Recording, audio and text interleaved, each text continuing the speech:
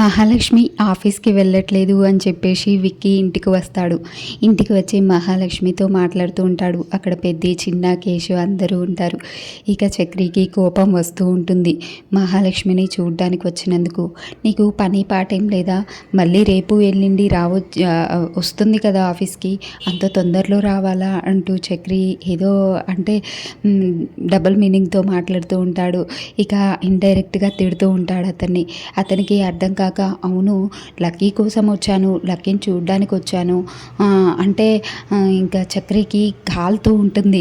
ఇక అతన్ని విక్కీని కొట్టినట్టు ఇక కొడుతూ ఉంటాడు, ఊహించుకుంటూ ఉంటాడు. వీళ్ళందరూ వింతగా చూస్తారు. ఏం చేస్తున్నావు అంటే దోమలు కొడుతున్నాను అని చెప్పేసి అంటాడు. ఇక విక్కీ ఇంకా సరే నేను వెళ్ళొస్తాను లక్కీ అని చెప్పేసి బయటికి వెళ్తాడు. కార్ దగ్గరికి వెళ్ళగానే చక్రి అంటాడు, ఇంకోసారి మా ఇంటికి రావాకు చూడ్డానికి, నీకు ఫోన్లు లేవా, సిమ్ములు ఏమైనా దొబ్బాయా, ఫోన్లు చేసి మాట్లాడొచ్చు కదా, ఇంటికి రావాలా సరాసరి, ఇంకోసారి వస్తే బాగుండదు అని చెప్పేసి చక్రి అంటాడు. ఇక అక్కడికి మహా వెళ్ళి చాలా ఓవర్ యాక్షన్ చేస్తున్నావు అని చెప్పేసి విక్కీ ముందల అంటది. అయితే సరే లక్కీ నేను వస్తానని చెప్పేసి వెళ్ళిపోతాడు. ఇక చక్రి లోపలికి వచ్చి ఏంటి మీ బాస్ ముందు ఓవర్ యాక్షన్ చేస్తున్నావు అని చెప్పేసి అదే చక్రి అంటాడు.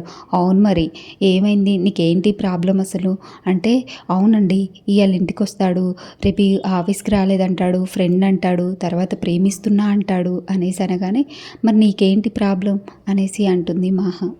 నాకు ప్రాబ్లం కాకపోతే ఎవరికి ప్రాబ్లం అండి అనేసి అనుకుంటాడు.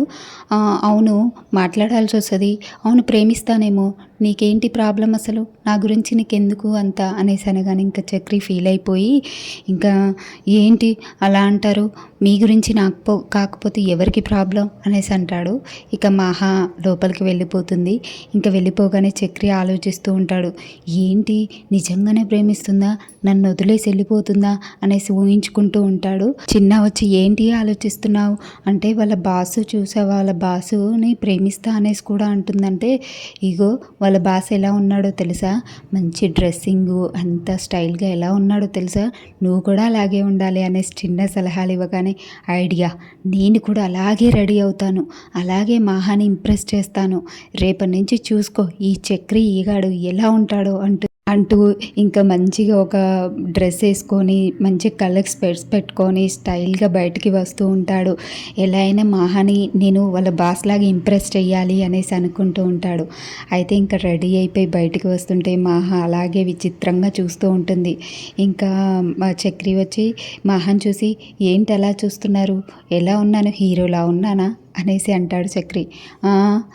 ఏంటి అవతారం, కొత్త అవతారం ఏంటి కొత్తగా అని చెప్పేసి మహా అంటూ ఉంటుంది. అక్కడ చక్రి బాలేనా అంటూ మళ్ళీ ఫీల్ అవుతాడు.